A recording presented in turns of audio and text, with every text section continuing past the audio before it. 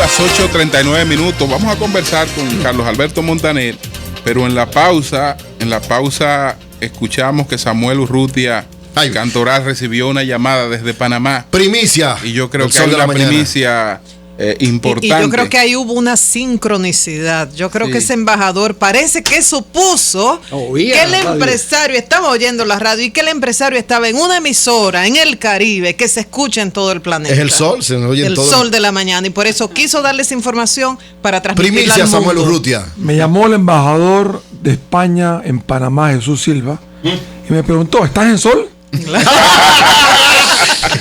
aquí estoy con los muchachos. Aquí estoy en sol. Y me dio la buena noticia de que, a pesar de las circunstancias de salud del rey, que usualmente que asiste a estos encuentros y que no me permitían anunciar nada hasta no fuera confirmado, que muy diferentemente el príncipe ha aceptado participar en todo el encuentro. Él abre desde la mañana del 17 oficialmente el evento junto con el presidente Martinelli, y se va a quedar entregando los premios a la innovación y a los emprendedores, el premio a los empresarios integrales, y todo el día del cierre, el 18, nos va a estar acompañando a nosotros, a todos los empresarios y a los otros mandatarios. O sea, el príncipe va a estar los 2 días. Va a estar los 2 días. Va a ser un encuentro, creo ya, muy completo entre la presencia de alguien joven, educado, dinámico, que le importa la unión entre España y Latinoamérica y que busca inversiones para el desarrollo y el crecimiento, como el príncipe Felipe, los empresarios que estamos preocupados por la región y los mandatarios. Y el presidente del gobierno español estará presente. Sí, el presidente Rajoy nos ha confirmado que participará en la mesa de observadores de la Alianza del Pacífico. Al final del evento estamos dando un reconocimiento a don Enrique García. Ustedes recordarán que Enrique García fue el presidente del Banco Interamericano de Desarrollo por muchos años y ayudó mucho a Latinoamérica. Él ha sido por 8 años el secretario general de la Secretaría Iberoamericana, uniendo ambas regiones. Y termina su mandato. Enrique Iglesias. Y termina su mandato. Y nosotros, como SEAL, le estamos dando un reconocimiento. Ese reconocimiento va a presentarlo Rajoy, el presidente Rajoy. El de Enrique Iglesias. Correcto. Y el presidente Rajoy va a mencionar lo destacada labor que ha hecho Iglesias, y va a mencionar también lo importante que es la unión entre la península ibérica y Latinoamérica y el Caribe. Y en estos momentos muy importantes, porque con la crisis de España, pues los empresarios están mirando mucho más a Latinoamérica en diferentes áreas. Hay expositores distinguidos también. Quizás es importante destacar veo de Apple, iTunes, Mira, en este evento. El evento tiene 3 grupos de paneles.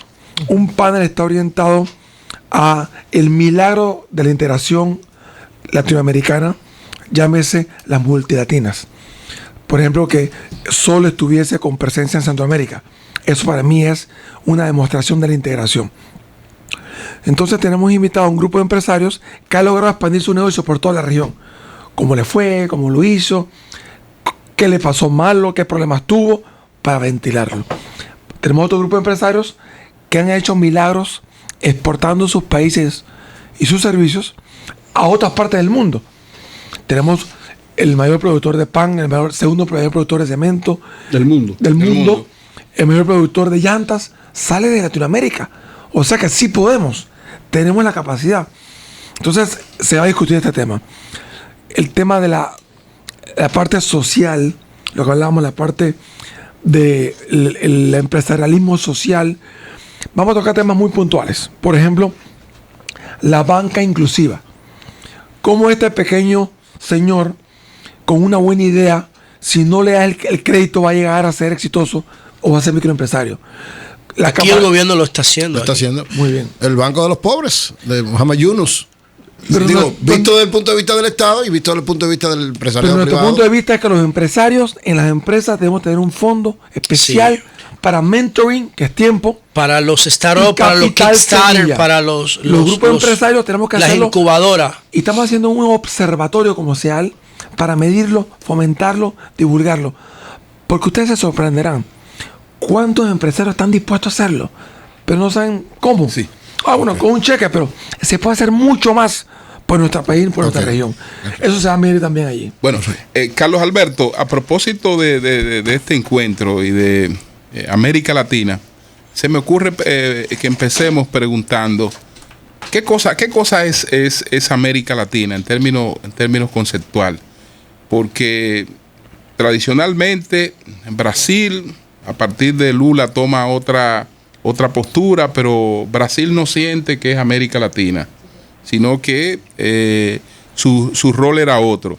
México no ha sentido que es América Latina. México se ha sentido como parte México de es América del Norte y ha mirado poco hacia América Latina. ¿Qué es América Latina? Dice Pablo Milanés en su canción Buenos Días América, buenos días Brasil vigilante, ¿cuánto tiempo sin ti adelante? A propósito de lo que tú dices. Brasil mira más a Europa Brasil, y a África. Exactamente. Y hoy en día a BRICS, que es el grupo... Los países...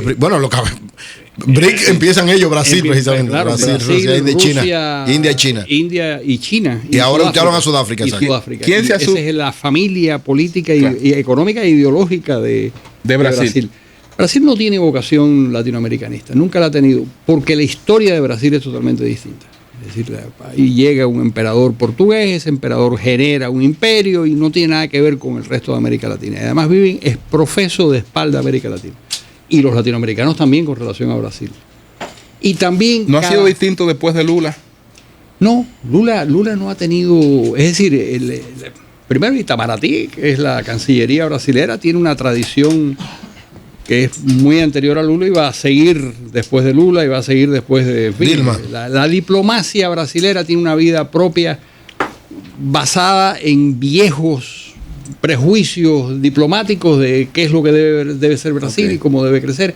Y hay una cierta indiferencia, yo no diría desprecio porque no sería justo, pero una cierta indiferencia por América Latina. Y al mismo tiempo hay zonas de Brasil que han logrado un nivel de prosperidad muy grande, toda la zona de Sao Paulo. Sao Paulo, es decir, el Gran Sao Paulo produce más que todo el Mercosur. Wow. Más que Argentina, más que mucho más. Es realmente un imperio. Sin embargo, el norte de Brasil, como todos sabemos, es muy pobre y el nivel el per cápita de los brasileños, por ejemplo, es un poco más alto que el de los dominicanos. No es mucho más. ¿Por qué? Bueno, porque son casi 200 millones de personas. Son muchos. De los cuales hay...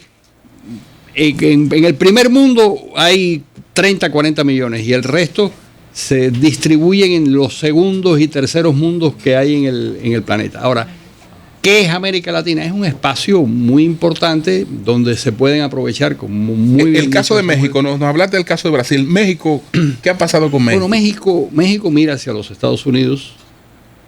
Yo recuerdo una vez que fui a un debate en México, en Monterrey, sobre la posibilidad que en ese momento planteaba Huntington de que el sur de los Estados Unidos se pidiera su incorporación a México. Y recuerdo que los mexicanos que estaban ahí me dijeron, eso es una locura, lo que es muy probable. O sea, el sur norteamericano volviera a ser mexicano. Claro, porque era el temor de Huntington. Era el temor por la demografía, por la masificación de la migración. Pero lo que nos dijeron en ese debate en Monterrey fue, no, lo que va a pasar es lo contrario. Lo que el norte de México lo que va a querer es incorporarse a los Estados Unidos porque existe una cosa que es la cultura tejana. Y esa cultura tejana ya incorpora una parte sustancial del norte de México, que es muy curioso porque el norte de México es la parte más desarrollada y en este momento es la parte más conflictiva por el tema de las drogas, ¿no? En aquella época había otro problema. México influye culturalmente como pocos países en América Latina, sobre todo en Centroamérica y el Caribe. Sobre todo con Taco Bell, ¿no? Con Taco. Bueno, lo de Taco Bell es muy interesante porque yo recuerdo las broncas que había porque en Francia y en Europa y en América Latina por la influencia de McDonald's. Bueno, hay 5 Taco Bells en Estados Unidos por cada McDonald's que hay en América, claro, en el resto del mundo. Es decir, la influencia de la comida mexicana No relaja. En Estados Unidos. McDonald's es una marca global. Está en las primeras 10 del mundo. Claro, pero en Estados Unidos en Estados Unidos hay, creo que son 3.000 Taco Bell. Es una cosa tremenda. Y además es una agresión a la cintura, porque el Taco Bell, que como ya sabemos, es muy sabroso, pero... El menos agresivo de las comidas rápidas. ¿Tú crees? Yo creo que sí, porque ellos se basan en habichuelas, en harina de maíz. Son menos agresivos que el hamburger tradicional. Pero yo creo que te llevan a la liposucción aguacate de todas maneras. Y en el caso de esta tendencia que se está dando en América Latina, en el caso México y Brasil, pero hay una tendencia ahora mismo en América Latina de muchos gobiernos progresistas que están cambiando el rumbo. Yo creo que entienden las cosas como explicó Sammy. Entienden que el planeta es cada vez más pequeño, que hay unas posibilidades tremendas de que eso, que una panificadora, no sé cómo se llama en República Dominicana, unos tipos que... Puede ser Bimbo, una cosa de esa, que son famosísimos, claro, sí. Bimbo. Bueno, pero es la más grande del mundo, la más grande del mundo, y los tipos que producen cemento son los más importantes del planeta, y los aviones Embraer, brasileros, en todas partes. Quiere decir que es un problema de mentalidad. Nosotros, desgraciadamente, en América Latina no tenemos la mentalidad global. Recuerdo hace poco un viaje a Israel, donde me encontré empresas de 30, 40, 50 trabajadores que veían su mercado era el mundo entero. Uh-huh. Y su departamento de ventas era el mundo entero. Oh. Y vendían en todas partes. En el mundo entero. Pero porque tenían un problema de mentalidad. Y la tecnología también. Eso que decías tú de la tecnología es muy importante. Sí. Lo que pasa es que no es... Es muy difícil que la investigación y desarrollo en América Latina pueda competir con la de Estados Unidos, Europa o Japón o Taiwán, qué sé yo.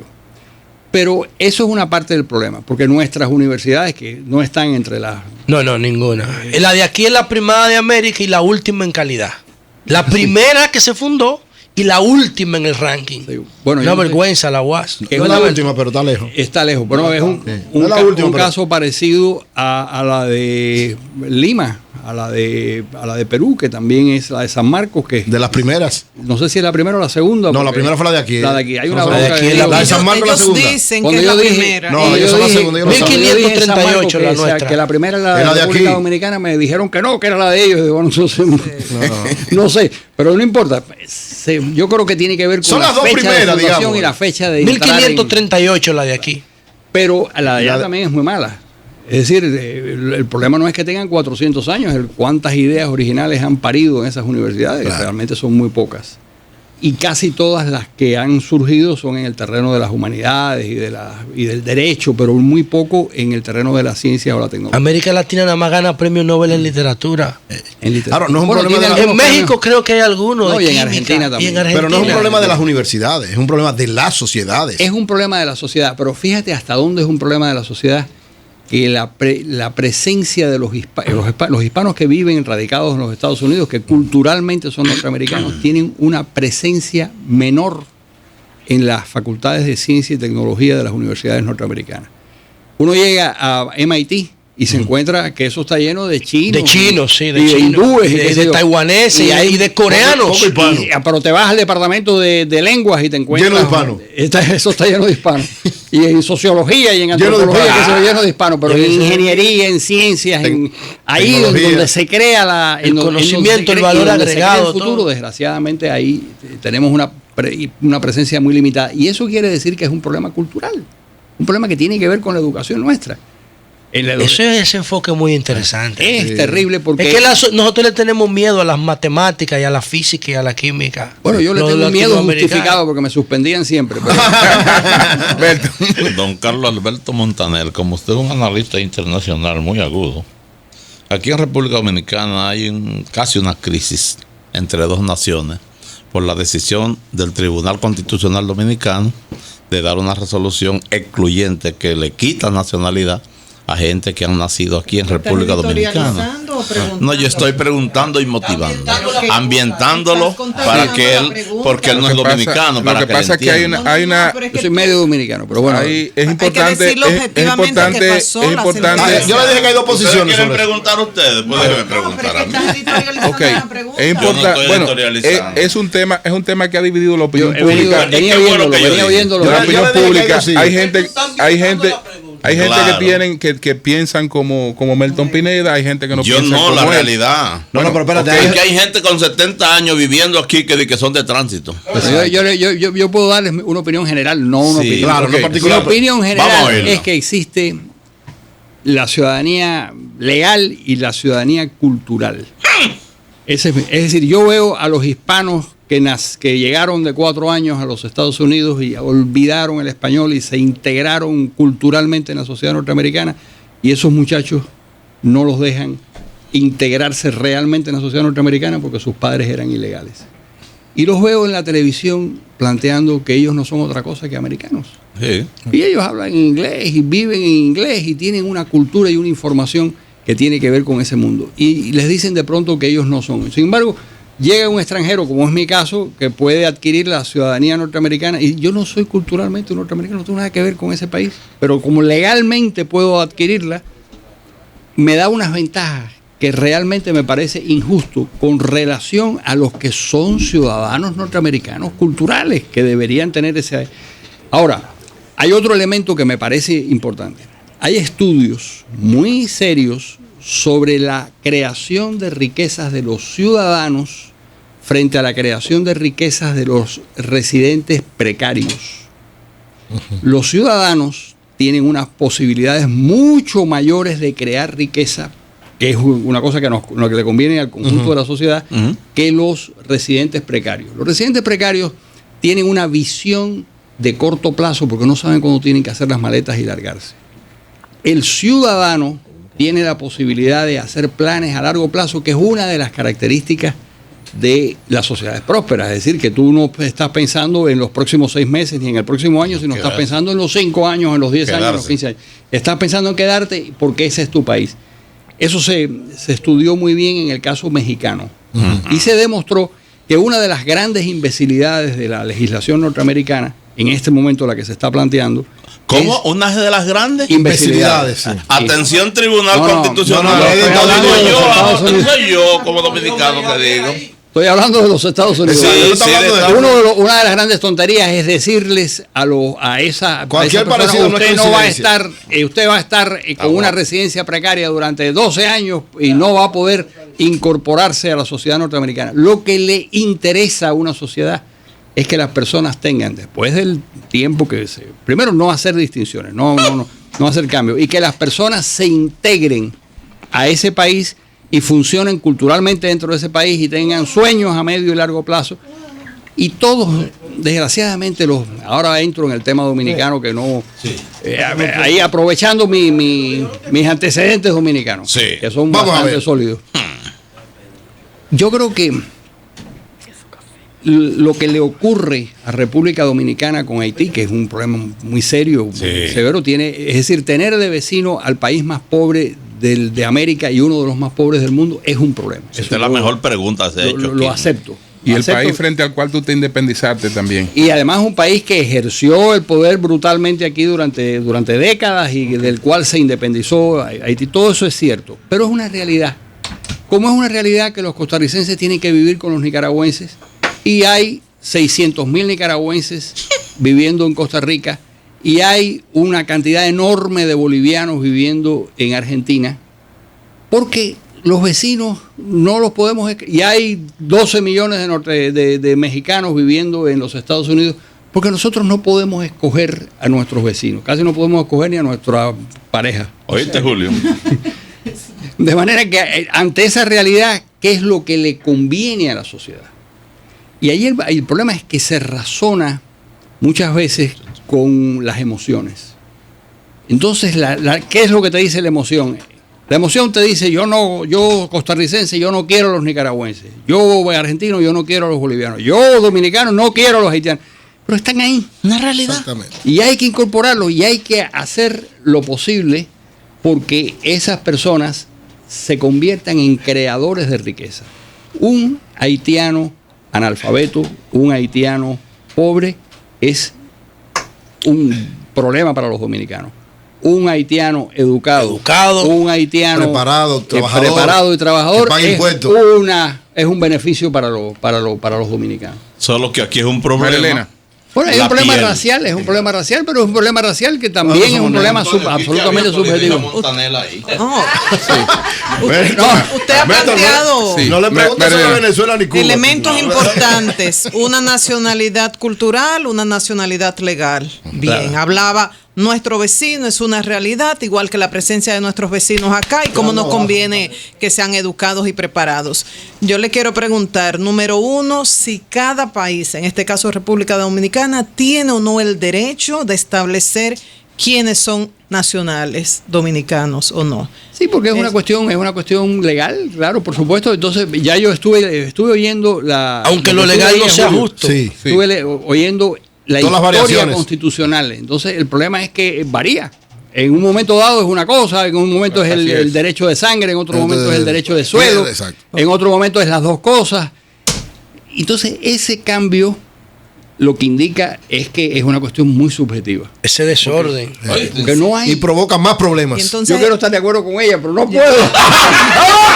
Pero el otro este programa es suyo. Este programa es tuyo completo. El otro elemento es la realidad de República Dominicana. Usted hablaba de Estados Unidos. Un país como República Dominicana Estados que Unidos no está puede reaccionando como República Dominicana. Lo que está haciendo Estados Unidos es lo mismo que hace República Dominicana. Pero tiene unas condiciones económicas que nosotros no tenemos. Así es. Entonces, nosotros no podemos con el presupuesto para los 10 millones de dominicanos. Pero eso es otra cosa. Y estamos recibiendo una cantidad no determinada de manera oficial de haitianos que están consumiendo. Y la región pretende que nosotros resolvamos el problema del país más pobre de América. Y uno de los más pobres del mundo, uno de los 10 países más pobres del mundo. Entonces, es un problema eso tremendo. no hace, es un problema. ¿No hace que el problema sea diferente para República Dominicana? Yo creo que necesitan la ayuda internacional. Yo creo que hace muchos años escribí y me metí en una clase de polémica horrorosa que yo creo que Haití es un país que debería ser internacionalmente manejado porque son incapaces. O sea, no ayuda, sino una intervención. Pero una intervención más que ayuda, porque caemos en el modelo que criticábamos ahorita de la ayuda, de la canonjía y eso. Más que una intervención.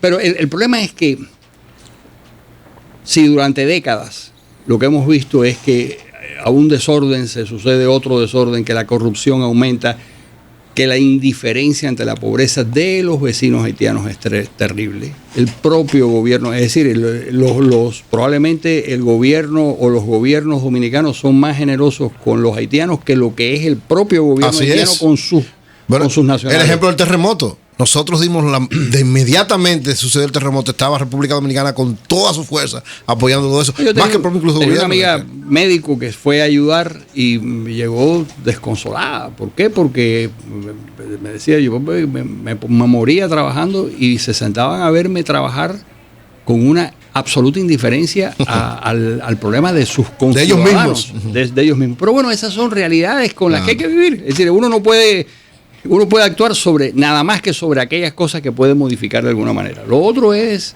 cantar en la ducha, no tiene ningún efecto. Julio, esta posición de Montaner confirma la tesis de que las etiquetas son cosas del pasado, que deben dejarse a un lado. Por ejemplo, en esta mesa se ha discutido mucho que si posiciones de izquierda, que si posiciones de derecha, que si... ¿Cuál es la mía? Yo no sé. Que si Montaner está muy en la derecha, entonces los izquierdistas dominicanos se molestan cuando usted ha hablado del cardenal o del libro de... Hipólito dijo que debemos ser eclépticos. Sin embargo, en este caso, con el tema de Haití, aquí no es de izquierda o de derecha. La posición de Montaner coincide con la posición de sectores que se llaman de izquierda. Progresistas. Nosotros tres, los tres progresistas. Voy a tener que revisar mi posición a partir de ahora. Carlos Alberto, porque la de Montaner es una posición racional. Las etiquetas es racional. Y deben ser cosas de ¿usted cree? No, por supuesto, las etiquetas no sirven para nada porque cuando coincides en algunas cosas con la izquierda, en otras con la derecha, en otras con el centro, es decir, si tú tienes una posición que tú crees que es racional, eso te lleva a chocar con una gente o a coincidir con otras. Claro. Y gracias. Lo que pasa es que el prejuicio es terrible. Porque el prejuicio, déjalo seguir desarrollando el tema. Él está terminando una idea. Gracias por la considerar. Mejor pregunta que se ha hecho hoy. En este aspecto, sí. Gracias por considerar irracional las opiniones que ustedes no comparten. No. Por considerarlas irracionales. No, estamos diciendo que es racional la de Carlos Alberto. Sí, pero tenemos que tratar otro. No, porque no voy a crear un caos. Claro, no voy a crear un caos ni voy a respetar. No voy a crear un caos. Ese es el precio de ser coordinador. No voy a crear un pero caos. aunque no sea coordinador. Es el precio de ser tiene que estar. Pero todos uno tiene que poner por encima del debate. Porque si se meten en el debate no puede coordinar nada. Respeta la diversidad de opinión. Esta posición, hay posiciones de Montaner que no comparten. Razonable. Bueno, Montaner, estaremos conversando con Carlos Alberto Montaner y con Samuel hasta las 9:10 porque ellos tienen compromiso, tienen que ir a una entrevista a Palacio Nacional. Entonces, sería importante, Montaner, que nos deje una opinión sobre la crisis presupuestaria en los Estados Unidos. Bueno, yo creo que lo que está pasando es de una enorme irresponsabilidad. ¿Irresponsabilidad? ¿De quién? Yo creo que básicamente de los republicanos. Por una parte. Mire, tío, me atacando la derecha norteamericana también. Tranquilo, que va bien. Yo pienso que Biden se siente. Pero el problema es que el fondo de la cuestión, que es el gasto público norteamericano, es una locura. Todos los días se incrementa la deuda norteamericana en 1.840 millones de dólares. ¿Dónde está Víctor? ¿Quién es Víctor? No, porque Víctor criticó que el gobierno dominicano, por una situación que ha heredado, tiene que pagar el 42% entre préstamos y... Bueno, eso es una locura. Es decir, el problema son los intereses. Estados Unidos, en este momento, cuando tú pagas $1 de impuestos en los Estados Unidos, 25 centavos es para pagar los intereses de la deuda. Oíste, Víctor. Y eso es con los intereses más bajos en la historia. En el momento en el que los intereses suban a su nivel histórico, que es aproximadamente el 5%, si la presión impositiva fuera la de hoy, el 50% de todo lo recaudado en Estados Unidos sería para pagar intereses de la deuda. Entonces, como eso es imposible, pues es imposible porque hay que pagar a los jubilados en la seguridad social, hay que pagar el Medicare y hay que pagar defensa. Esos son el gasto del león, son esos tres epígrafes en el presupuesto norteamericano. Entonces habría que subir los impuestos. Pero si subes los impuestos, entonces retardas y lo que hace es una palabra que no sé si existe en español, ralentiza, dicen los españoles. Lo pone más lento. Claro, eso es, ralentiza lo que es el crecimiento del país. Por lo tanto, hay que frenar el gasto público y en eso tienen razón los republicanos. Lo que no tienen razón es en cerrar un país, es decir, en la irracionalidad de crear una crisis que puede generar un mayor pobreza. Eso no tiene sentido. El 15% de la población norteamericana es pobre en este momento. Claro, ¿El 15%? 15%. Pero la pobreza norteamericana... Estamos hablando de más de 50 millones, casi 60 millones de gente. Sí, pero la pobreza norteamericana son $25,000 al año. Ah, espérate. Sí, ok. Esa vaina. Oye, los ricos aquí son $25,000. Ser pobre en Estados Unidos es tener acceso a colegio, tener acceso a no sé qué, tener acceso a automóvil, tener acceso a televisión a colores, a luz, a no sé cuánto, y además a protección policíaca y a jueces, en fin. No es lo mismo que ser pobre con $2 al día, que es lo que es ser pobre en América Latina. Hay una diferencia muy grande. Dentro de lo que es el modelo norteamericano, tener un $25,000 de ingreso es la pobreza. Lo que pasa es que eso, como alguien decía, es casi la riqueza en América Latina. Sí, la riqueza de nosotros, así es. Hay tiempo para una pregunta para el empresario, Rutia. Su enfoque sobre el salario, un tema que aquí en todas partes divide a empleadores y empleados. Aquí los empleados se quejan, bajo salario, y los empleadores dicen, bueno, para poder mantener la empresa no podemos, además en el caso particular dominicano, con costos adicionales por la crisis eléctrica, hay que pagar por planta, servicios alternativos que no garantiza el Estado. ¿Cómo lograr ese salario digno? Yo creo que el salario digno tiene que ser muy de libre mercado y se debe ganar. El empresario moderno no es mezquino, paga lo correcto. Yo soy creyente de los salarios flexibles, es decir, el que más produce, más gana. Y no necesariamente pagarte salario mínimo, produzcas o no produzcas. Entonces, conclusión, de nuevo, promover la libre empresa, que sea su propio empresario. Si es tu colaborador, pagarle justa, equitativamente con su trabajo y premiarlo con su esfuerzo adicional. ¿Y eliminar salario mínimo? No, para nada. ¿Usted no desea dejarlo al libre, que lo establezca el mercado? Yo creo que las leyes y los países tienen sus bases. Mi hipótesis es más allá de la base. Si un trabajador se merece más allá del mínimo y es rentable porque lo produce, que la empresa lo reconozca. Y si hay formas de bonificarle su alta productividad o no, igual la empresa pueda darle ese beneficio al trabajador. Y si hay una posibilidad de que pueda tercerizarse y ese colaborador tener ese variable ya más a su riesgo como empresario, le dará más riqueza al empresario nuevo y da más riqueza a la comunidad. Eso es lo que dice Correa, el círculo vicioso. Tú tienes que darle ingreso a los que producen la riqueza, a los trabajadores, para que puedan consumir lo mismo que tú produces, ¿no? Yo insisto, hoy por hoy, el 80% de las empresas son microempresas, pequeñas empresas, pero producen lamentablemente el 10% de la riqueza. Entonces hay una pirámide invertida que hay que trabajar en darle un crecimiento, sobre todo evitar la informalidad, darle formalidad, apoyarlos. Y es una responsabilidad de todos. Aquí el 54%, según el Banco Central, de los trabajadores pertenecen a la economía informal, no pagan impuestos. El 54%, ni tienen seguridad social. Hay que trabajar en eso. Pero como cierre, yo diría que es un trabajo de todos. Y es vinculante. Tenemos nosotros que vincularnos, participar y ayudar a los gobiernos. Y usted que tiene medio de comunicación, exhortar a los mandatarios a conversar sobre el tema y a apoyar. @Frandy Cabrera le pregunta a Montaner que cuál es su cuenta de Twitter. Y a nuestro invitado también. La cuenta de Twitter de ustedes, ¿tienen? Yo tengo una cuenta de Twitter, no la manejo muy bien, pero la tiene. Vamos a ver. Hay que reconocerlo, no es muy activo. No, sí trato, pero soy muy torpe. Carlos A. Montaner. Arroba Carlos A. Montaner. Y la suya. Arroba S. Urrutia. @S.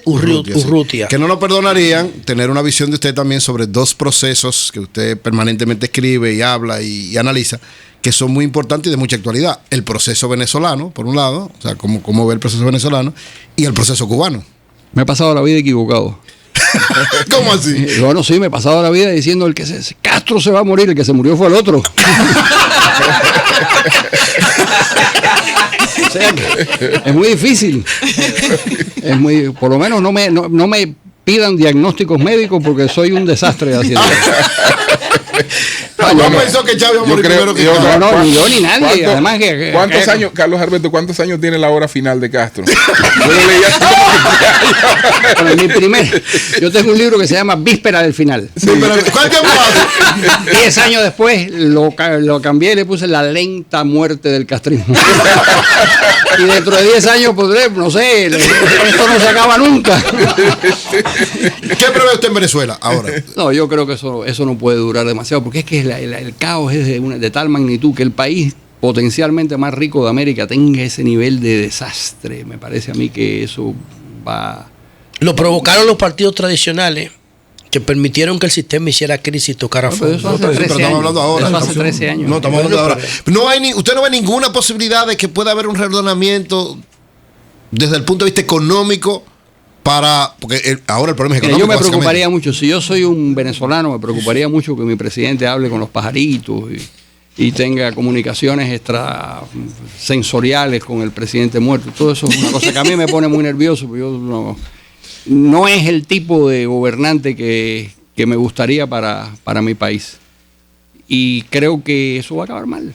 Pero ya les digo, mis pronósticos políticos no son fiables.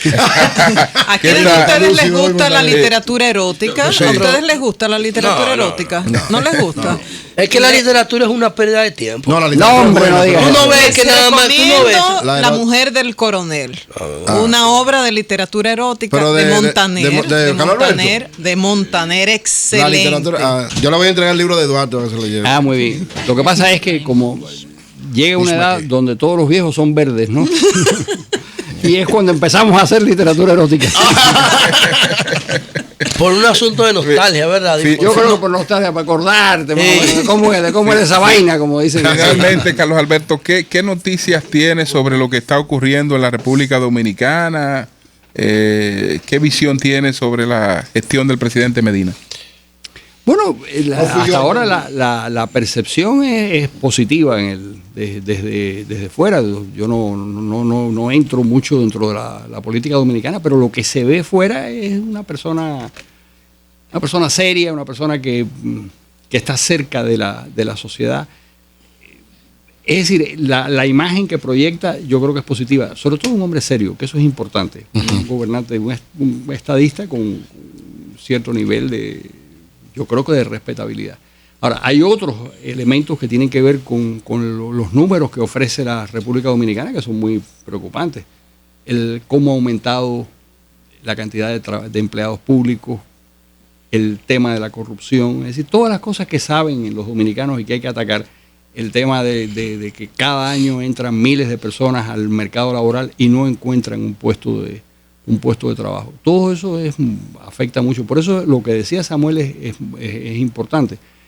Donde único se crea riqueza es en las empresas y donde único hay posibilidades de escapar de la crisis es si se crea un tejido empresarial productivo.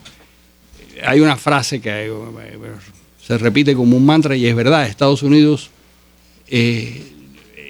digamos, General Motors no es grande porque Estados Unidos es poderoso, sino Estados Unidos es poderoso porque General Motors es grande. Claro. Es decir, lo que precede al poder de cualquier sociedad es tener un tejido empresarial creativo, imaginativo, que le dé trabajo a la gente, que le agregue valor a la producción para que puedan ganar altos salarios. No se le puede pagar un salario alto a alguien que corta caña porque lo necesita, porque el problema es que hay un mercado que tiene unos precios y que tiene una competitividad.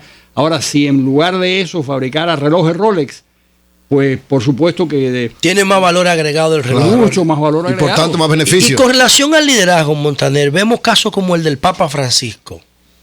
El mismo caso de Obama, que cuando el tema sirio dice, yo no vine aquí a promover guerra, fue a terminarla. No, y el de Danilo aquí. O el caso de Danilo en República Dominicana a menor escala, pero que se ven como modelo de liderazgo responsable.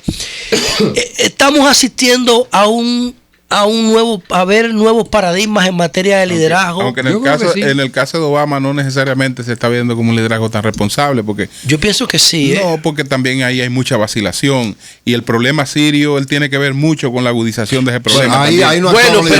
Pero Obama no ha generado sorpresas como la que generó Bush, que metió al mundo en una guerra con invasiones preventivas como la de Sudán, como la de Afganistán. Él no quiere guerra, él dijo, yo vengo a Nosotros estamos viendo nuevos modelos de liderazgo que se van a convertir en un el más alentador de todos para mí es el del Papa Francisco, y eso lo digo yo que no soy creyente, pero me parece que es muy bueno. Usted no es creyente, usted es ateo. Soy agnóstico, es otra cosa. Hay Melton. Agnóstico es él. Es primo hermano del ateo. No, él es agnóstico. El agnóstico no es capaz de decir si una cosa es cierta o no, y por lo tanto yo creo en todo porque no creo en nada, no estoy en condiciones de juzgar racionalmente nada. Me parecen todas. Eso no es ser ateo. Usted es agnóstico, gracias a Dios. Gracias a Dios. Eso es un bajadero del ateísmo. Muchas gracias. Es un bajadero del ateísmo. Muchas gracias a Carlos Alberto Montaner, a Samuel Urrutia Cantoral. Esperamos que este encuentro, el 9º encuentro empresarial iberoamericano, sea todo un éxito. Pues sea todo un éxito. Y como colaborador distinguido del Sol de la Mañana, si el señor Montaner nos quiere llamar desde Palacio para dar la buena noticia de que el presidente Danilo Medina asistirá al evento, esperamos la llamada entonces. Bueno, muy bien. Gracias.